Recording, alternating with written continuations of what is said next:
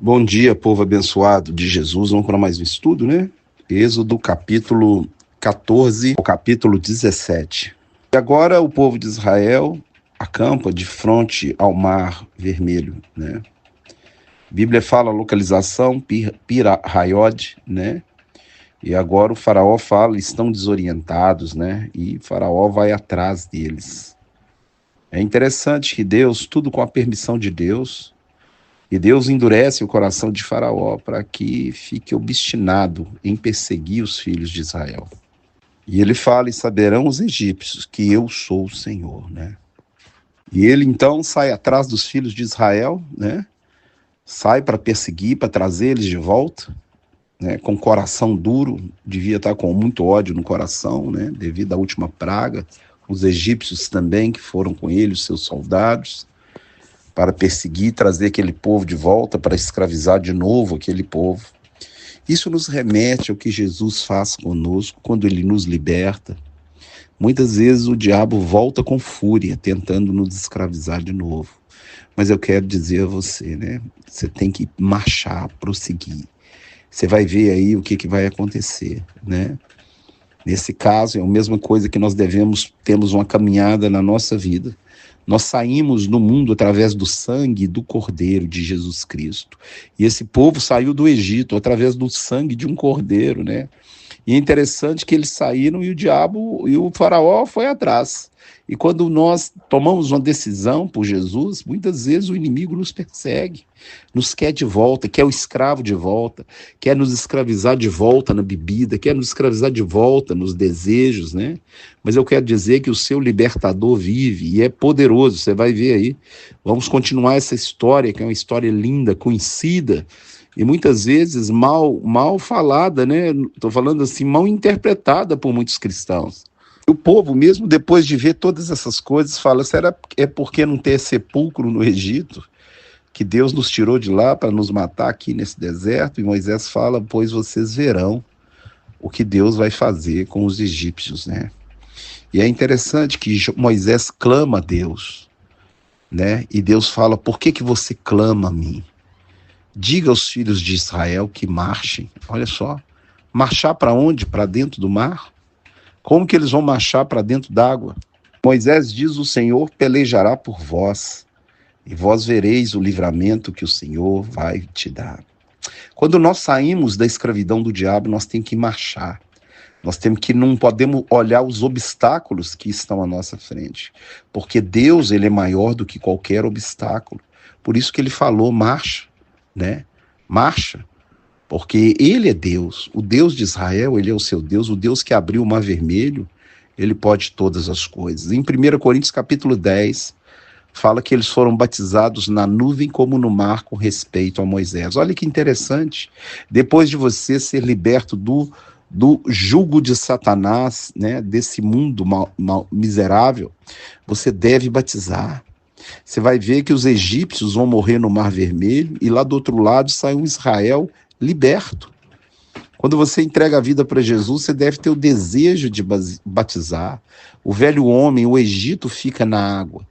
E continua uma caminhada agora de uma pessoa, nova criatura, uma pessoa liberta pelo sangue de Jesus. Então, em 1 Coríntios 10, capítulo 1, Paulo fala que isso prefigura o batismo, né?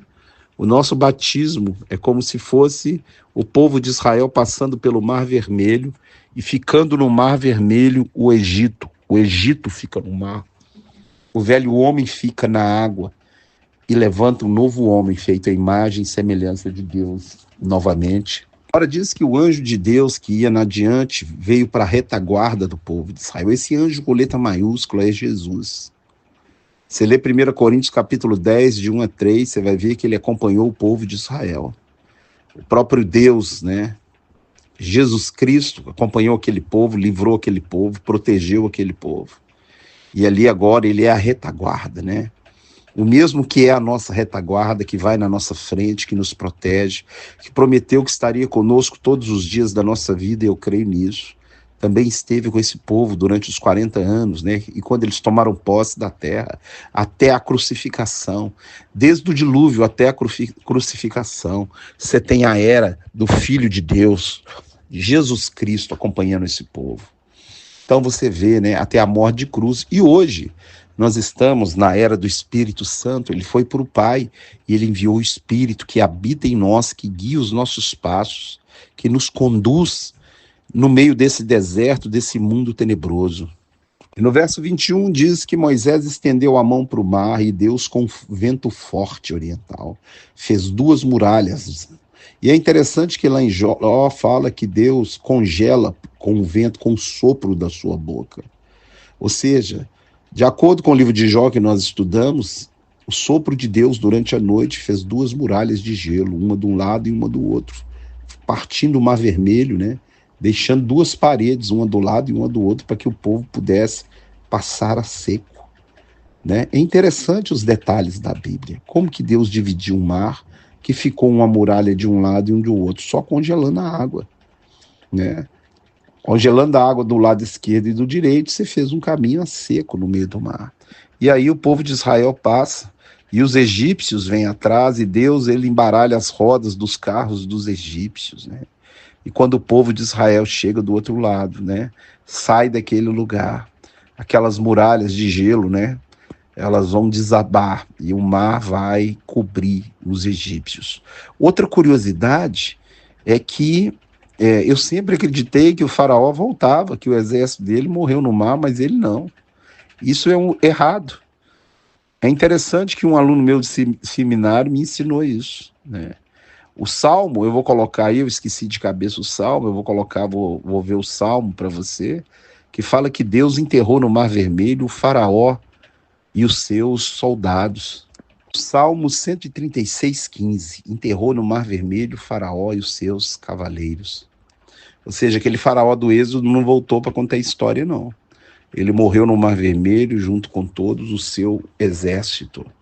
Nessa vida, então, nós saímos do Egito através do sangue de Jesus. Temos que batizar, deixar o velho homem nas águas, enterrar o nosso velho homem com as suas paixões e cobiças e sair da água um novo homem feito à imagem de Deus e prosseguir caminhando em direção à terra prometida. Então, no verso 22, Deus fez uma muralha à esquerda e à direita, e possivelmente é como eu falei, né? Ó 37:10.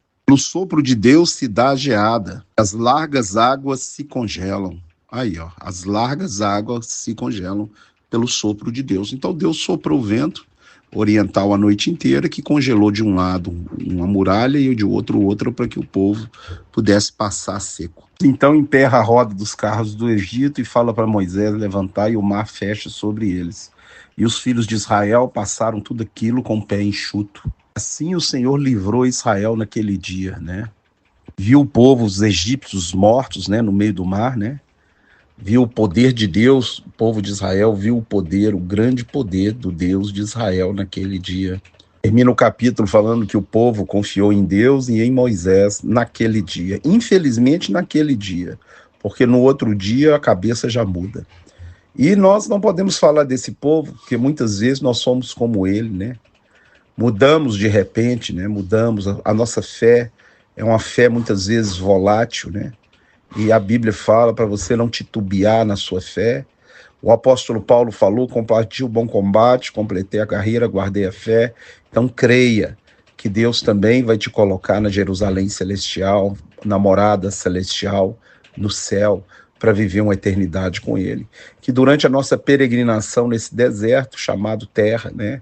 Ele estará conosco, nos dará o alimento, nos dará a segurança, né? A nossa roupa não vai deixar faltar para nós. Esse é o Deus de Israel, esse é o nosso Deus. E Moisés agora vai louvar o Senhor e vai cantar um novo cântico, né? O cântico da libertação, de como Deus, as maravilhas que Deus fez no Egito, como Deus libertou aquele povo do Egito. E ele canta alegre, né? A Bíblia fala: está alguém entre vós alegre? Tiago capítulo 5, cante louvores. E é o que Moisés está fazendo. Verso 8, ele fala: com o refogado das suas narinas ele parou o mar, tá vendo? De novo, né? Que o sopro de Deus congelou aquelas águas, uma à esquerda e uma muralha à direita e outra à esquerda. Moisés louva o Senhor, como não existe ninguém como o Senhor em santidade, em poder, em maravilha. Quem é como nosso Deus? O Senhor é o Senhor dos exércitos, poderoso na batalha. Agora diz que Miriam tombou um tamboril e saiu também cantando e dançando, né, louvando ao Senhor. Né? E as mulheres saíram atrás dela cantando e louvando ao Senhor. Agora eles saem pelo caminho do deserto de Sur durante 3 dias e vão parar diante de Mara. A palavra Mara é amargo, né? Amarga. Olha só, o povo já começou a murmurar contra Moisés, contra o Senhor, contra Arão, né? E Deus fala para Moisés fazer algo para que aquelas águas se ficassem doces, né? Moisés pega uma árvore e lança na água, e as águas de Mara se tornam doces para que o povo pudesse beber. Ali Deus deu a eles estatutos e ordenanças, né? E falou: se atentamente ouvirdes a voz do Senhor teu Deus e obedeceres as suas ordenanças e os seus mandamentos. Diz que nenhuma enfermidade virá sobre eles das enfermidades que vieram sobre os egípcios. Pois eu sou o Senhor que te sara.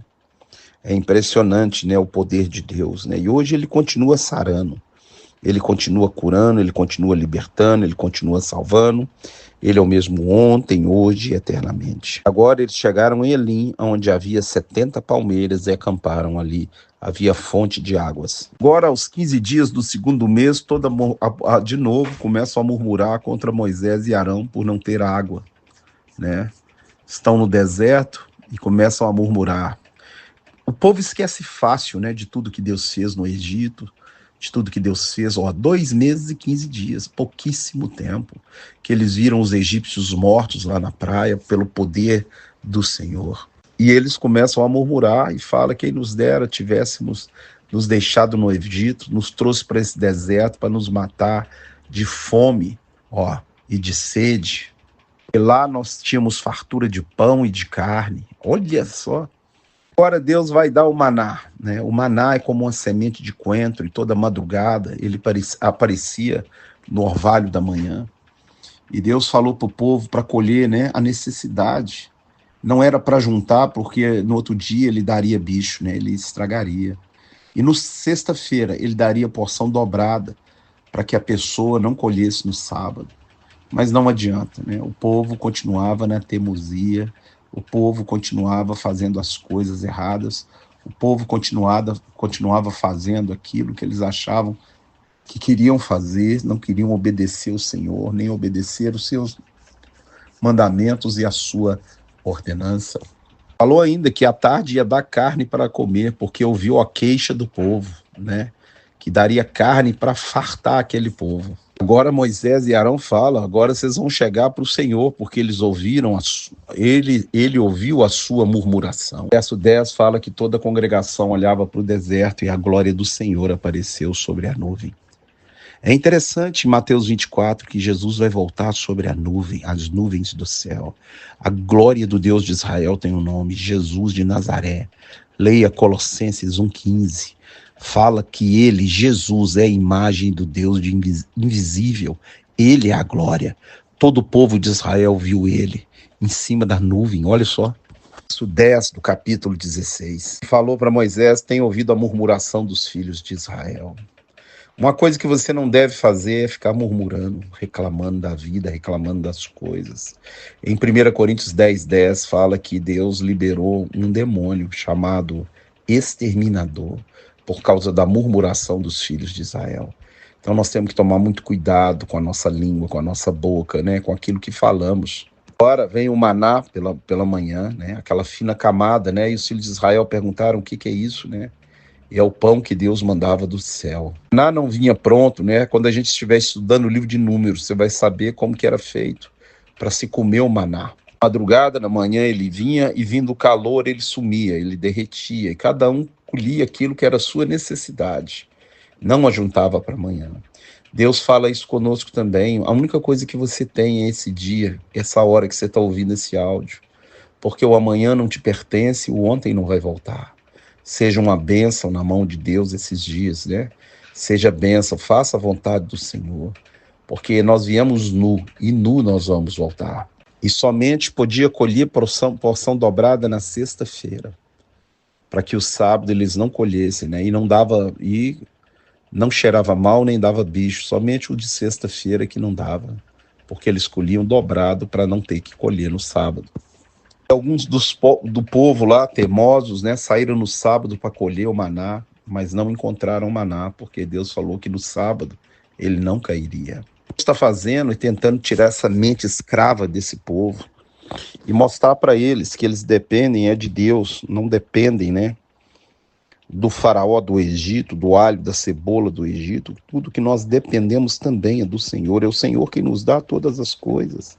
Não devemos ficar ansiosos, loucos com coisa alguma, pois em tudo temos que colocar diante de Deus as nossas petições pela súplica com agradecimento. No verso 31 diz que o povo de Israel chamou ele de maná e ele era como bolo de mel, né? Como pão de mel, era uma semente de coentro. E lá no livro de Números fala que eles tinham que pegar, moer, pisar, fazer bolo e levar no fogo. E no capítulo 16, falando que os filhos de Israel comeram maná 40 anos. Nunca Deus deixou faltar nada para eles.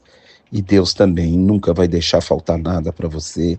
Creia, seja fiel, fique firme, persevere até o fim, porque aquele que perseverar até o fim, esse será salvo. Agora, chegando em Refidim, né, não havia água para o povo beber e eles contenderam com Moisés e com Arão, né? De novo, sempre murmurando, reclamando, né? Deus fala para Moisés e Arão: pega o bordão que eu te dei, passa diante do povo e vai até a rocha, eu estarei ali sobre aquela rocha. Você ferirá a rocha e a rocha sairá água. Quem estava naquela rocha, nada mais, nada menos, é o próprio Cristo, né? E ele em cima daquela rocha, né? Moisés feriu a rocha e a rocha deu água para o povo beber. E agora Amaleque entra em guerra contra Israel. E Deus fala para Josué juntar os homens, né, e descer para guerrear contra Amaleque. E a Bíblia diz que quando as mãos de Moisés estavam levantadas, né, Israel vencia. Quando a mão baixava, Israel perdia. E aí Arão e Hur subiram a montanha, colocaram Moisés sobre uma rocha e seguraram seus braços. E aí Israel venceu aquela batalha. Olha só, a rocha que nós temos que está em cima tem o nome de Jesus. E se você hoje está cansado, está abatido, Deus levanta Arão e Hur, pessoas para te ajudar a erguer os braços. Você deve erguer os seus braços. Se estiver triste, se estiver alegre, cante louvores. Se você estiver preocupado, entre no seu quarto em secreto, ajoelhe, levante os seus braços para o Senhor, clame, porque o Pai que ouve em secreto, ele vai te recompensar. Então, quem vence a nossa guerra é Deus. É Deus. E aí você está vendo Moisés subir o monte com 2 homens. E ali ele levantava os braços aos céus e Deus dava a vitória. Levante os seus braços aos céus, porque Deus quer te dar a vitória contra Amaleque. Amaleque hoje são espíritos malignos que destroem famílias.